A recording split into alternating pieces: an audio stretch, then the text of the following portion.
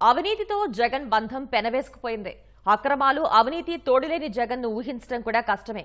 తండ్రి అధికారాన్ని అడ్డుపెట్టుకుని ఆయన చెయ్యని నేరం లేదు. ఆర్థిక నేరాల్లో కాకలు తీరిన వాళ్లు సైతం విస్మయానికి గురి కావాల్సిందే. ఇండియా సిమెంట్స్ కు భూమి లీజు, నీటి కేటాయింపుల్లో భారీగా అక్రమాలకు పాల్పడి ప్రతిగా ఆయన సంస్థల్లోకి 140 కోట్ల అవినీతి సొమ్మును పెట్టుబడిగా పెట్టించుకున్నారు. ఈ కుంభకోణంపై 11 ఏళ్ల క్రితమే సిబిఐ ఛార్జ్షీట్ దాఖలు చేయగా ఈ కేసు ఇప్పటి వరకు 215 సార్లు వాయిదా పడింది.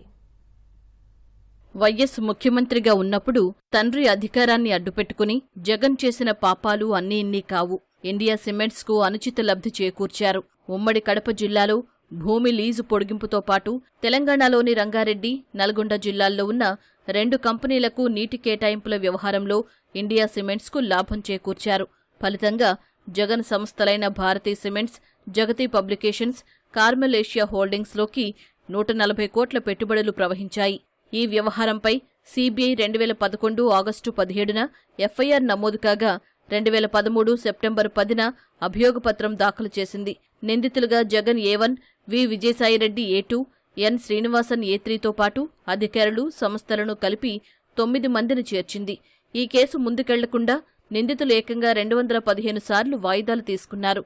ఫలితంగా 10 ఏళ్లైనా కేసు డిశ్చార్జ్ పిటిషన్లపై విచారణ దశలోనే ఉంది.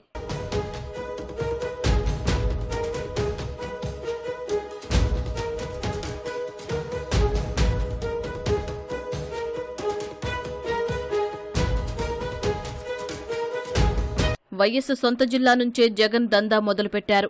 కడప జిల్లా చౌడూరులో ఇండియా సిమెంట్స్ కు 2.60 ఎకరాల భూమికి లీజు పొడిగింపులో అధికారులు అడ్డగోలుగా వ్యవహరించారు. ఇక్కడ ఇండియా సిమెంట్స్ కు అవసరమైన నీటిని నిల్వ చేసుకుంటున్నారు.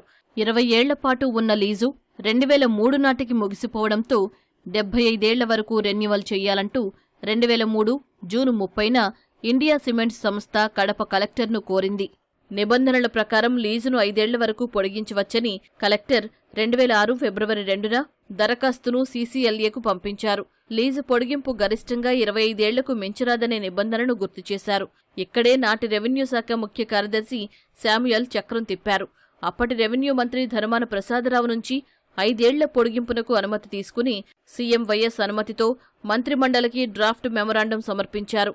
మంత్రిమండలి 2008 జూన్ 30న లీజును 5 ఏళ్లకే అనుమతిచ్చినా శామ్యూయల్ మాత్రం 25 ఏళ్లకు మంజూరు చేస్తూ జీవో ఇచ్చారు.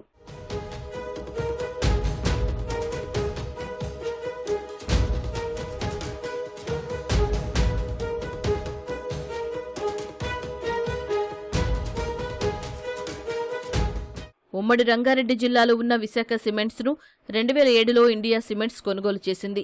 ఈ కంపెనీకి కాగ్నా నది నుంచి 10 మిలియన్ క్యూబిక్ అడుగుల నీటి కేటాయింపులు ఉన్నాయి. అదనంగా మరో 13 మిలియన్ క్యూబిక్ అడుగులను కేటాయించాలని 2008 మార్చిలో ఇండియా సిమెంట్స్ దరఖాస్తు చేసింది.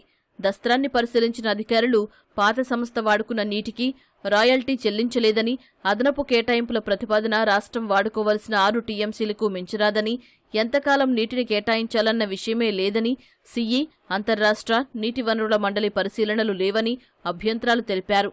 అయినప్పటికీ అప్పటి నీటిపారుదల శాఖ ముఖ్య కార్యదర్శి ఆదిత్యనాథ్ దాస్ అధికార దుర్వినియోగానికి పాల్పడ్డారు. సీఎం వైఎస్ ఆమోదం తీసుకుని 2009లో అనుమతులిచ్చేశారు. అయితే సీబీఐ కేసు నమోదు చేశాక విశాఖ కంపెనీ చెల్లించాల్సిన రాయల్టీ బకాయిలను ఇండియా సిమెంట్స్ 2011లో 17.87 లక్షలుగా లెక్కించి చెల్లించింది.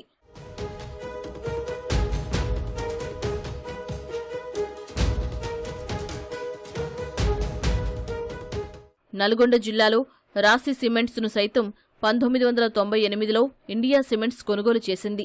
ఈ కంపెనీకి అప్పటికే ఉన్న 3 లక్షల గ్యాలన్ల నీటికి అదనంగా మరో 7 లక్షల గ్యాలన్ల కేటాయింపులోనూ అధికార దుర్వినియోగం జరిగింది.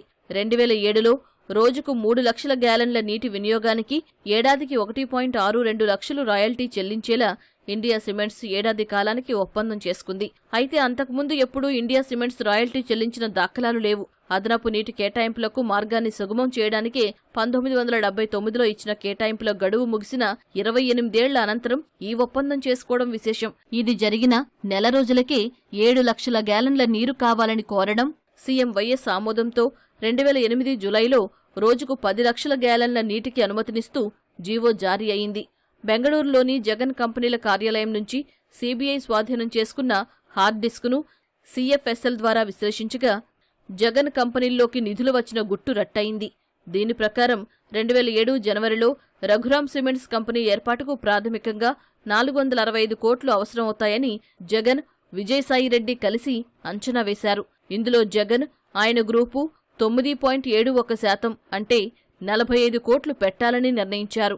ఈ మొత్తాన్ని 80.16% యాజమాన్య వాటాగా చూపి కంపెనీ నిర్వహణాధికారాన్ని చేజిక్కించుకున్నారు. పెట్టుబడుల్లో భాగంగా 95 కోట్లను 75 రూపాయల ప్రీమియంతో వడ్డీలేని వాటా మూలధనంగా సమీకరించాలని నిర్ణయించారు. ఇందులో 84 కోట్లు కేవలం ప్రీమియంగానే వస్తుండగా వీటికి డివిడెండ్లో ఎలాంటి ప్రాధాన్యత ఉండదు. ఈ పద్ధతి ప్రకారం పెట్టుబడి పెట్టేవారికి కంపెనీ యాజమాన్యంలో నియంత్రణాధికారాలు ఉండవు. వీటికి సంబంధించి జగన్ బృందం రూపొందించిన నమూనా ఒప్పంద పత్రాలు హార్డ్ డిస్క్లో సీబీఐకి లభ్యమయ్యాయి. జగన్ తరపున విజయసాయిరెడ్డి ఇండియా సిమెంట్స్ నుంచి రఘురాం సిమెంట్స్లోకి 95.32 కోట్లు, జగతి పబ్లికేషన్స్లోకి 40 కోట్లు, కార్మెల్ ఏషియా హోల్డింగ్స్లోకి 5 కోట్లను అంటే మొత్తం 140.32 కోట్లను రాబట్టారు. దేశంలోని ప్రముఖ సిమెంట్ కంపెనీలైన దాల్మియా వంటి సంస్థల షేర్లు 40 రూపాయలు మాత్రమే ఉండగా జగన్ కంపెనీల్లో ఇండియా సిమెంట్స్ అధిక ప్రీమియంతో పెట్టుబడులు తరలించడాన్ని సీబీఐ బట్టబయలు చేసింది. మొదట 2007లో షేరుకు 110 రూపాయల ప్రీమియంతో భారతీ సిమెంట్స్లో 15 కోట్ల పెట్టుబడి పెట్టింది. బెంగళూరుకు చెందిన ఫణి అండ్ అసోసియేట్స్ సంస్థ 2010 ఏప్రిల్లో భారతీ సిమెంట్స్ షేర్ను 221.17గా విలువ కట్టింది. ఇది జరిగాక ఇండియా సిమెంట్స్ 1440 ప్రీమియంతో మరోసారి 80.32 కోట్ల పెట్టుబడి పెట్టింది. కేవలం 9 నుంచి 10 నెలల్లోనే ప్రీమియం 110 రూపాయల నుంచి 1440 రూపాయలకు అంటే సుమారు 12 రెట్లు పెంచాల్సిన అవసరాన్ని మాత్రం వెల్లడించలేదు. అక్రమ పెట్టుబడుల అనంతరం జగన్ ఆదేశాల మేరకు ఇండియా సిమెంట్స్ తనకు భారతీ సిమెంట్స్లో ఉన్న వాటాలను ఫ్రాన్స్కు చెందిన కంపెనీకి 121 కోట్లకు విక్రయించింది. ఇది జరిగిన రోజునే కార్పొరేట్ రుణం రూపంలో 125 కోట్లను జగన్ సంస్థలో పెట్టాలని ఇండియా సిమెంట్స్ ఒక తీర్మానాన్ని చేసింది. అంటే జగన్కు చెందిన సిమెంట్ ఫ్యాక్టరీలో ఉన్న వాటాల విక్రయం ద్వారా వచ్చిన సొమ్మును మళ్లీ జగన్ సంస్థకే పంపాలని నిర్ణయించడాన్ని బట్టే అది నీకిది నాకది వ్యవహారమని అర్థమవుతోందని సీబీఐ స్పష్టంగా పేర్కొంది. తర్వాత భారతీ సిమెంట్స్లో తనకున్న వాటాల్లో కొన్నింటిని ఫ్రాన్స్ కంపెనీకి విక్రయించడం ద్వారా జగన్ 446.21 కోట్లు సంపాదించారు.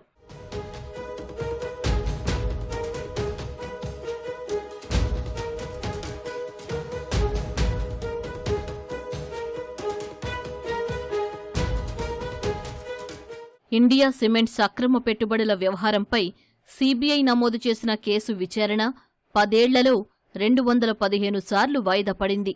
నిందితులు హైకోర్టును ఆశ్రయించి విచారణపై స్టే పొందారు. ఇండియా సిమెంట్స్ అధినేత శ్రీనివాసన్, ఇండియా సిమెంట్స్, ఆదిత్యనాథ్ దాస్లపై కేసులను హైకోర్టు కొట్టివేయగా సీబీఐ సుప్రీంలో సవాలు చేసింది. ప్రస్తుతం ఇవన్నీ పెండింగ్లోనే ఉన్నాయి. సీబీఐ అభియోగపత్రం ఆధారంగా ఈడీ 2017 ఏప్రిల్ 4న అభియోగపత్రం దాఖలు చేసింది. నిందితులుగా సీబీఐ కేసులోని 9 మందితో పాటు అదనంగా జనని ఇన్ఫ్రాస్ట్రక్చర్ ప్రైవేట్ లిమిటెడ్ను చేర్చింది. జగన్ కంపెనీలు ఇండియా సిమెంట్స్కు చెందిన 232 కోట్ల ఆస్తులను జప్తు చేసింది. తమపై సీబీఐ కేసులను కొట్టివేసినందున ఈడీ కేసులను కొట్టివేయాలని కోరుతూ ఎన్ శ్రీనివాసన్, ఇండియా సిమెంట్స్ తెలంగాణ హైకోర్టులో దాఖలు చేసిన పిటిషన్లు పెండింగ్లో ఉన్నాయి. సీబీఐ కోర్టులో ఈడీ కేసు విచారణ 186 సార్లు వాయిదా పడింది. సీబీఐ, ఈడీ దాఖలు చేసిన కేసుల్లో నేరం రుజువైతే గరిష్టంగా 7 ఏళ్ల జైలు శిక్ష, జరిమానా విధించే అవకాశాలు ఉన్నాయి. ప్రజాప్రతినిధులుగా ఉన్నవారికి 2 ఏళ్లు ఆ పైన శిక్ష పడితే అనర్హత వేటు పడుతుంది. అంతేగాకుండా శిక్షాకాలం పూర్తయిన 6 ఏళ్ల దాకా ఎన్నికల్లో పోటీ చేయడానికి వీల్లేదు.